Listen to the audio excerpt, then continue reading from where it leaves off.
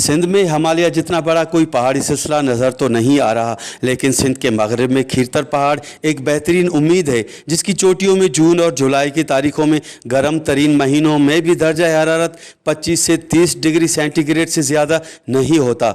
यहाँ बिल्कुल ऊपरी हिस्से में जहाँ कुत्ते की कब्र मौजूद है और जिस पहाड़ी की चोटी पर वाक़े है उसे डाढ़ियारो पहाड़ के नाम से जाना जाता है, और इस तारीख़ी मकाम को उजागर करने में डॉक्टर मिर्ज़ा कलीज बेग ने अहम किरदार अदा किया, जिन्होंने अपनी तहरीरों के ज़रिए इस ठंडे मकाम का तारुफ पूरी दुनिया में कराया। उसके बाद शहदाद कोट से सीनियर सहाफ़ी कामरेड वली मोहम्मद मंगनार और कंबर से ताल्लुक़ रखने वाले अदीब भाऊ दुर मोहम्मद बुर्डो ने अपने मुख्तलिफ टीवी रिपोर्ट्स और तहरीरी किताबों के ज़रिए डाढ़ियारो पहाड़ कुत्ते की कब्र पर भरपूर काम करके उन्हें मज़ीद मंजर आम पर रोशनास कराया।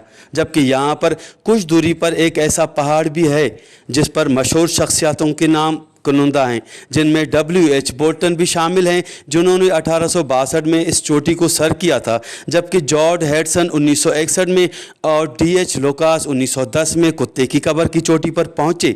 जबकि सिंध से ताल्लुक़ रखने वाले मशहूर शख्सियत और अदीब डॉक्टर मिर्ज़ा कलीज बेग 1885 में इस चोटी पर पहुंचे।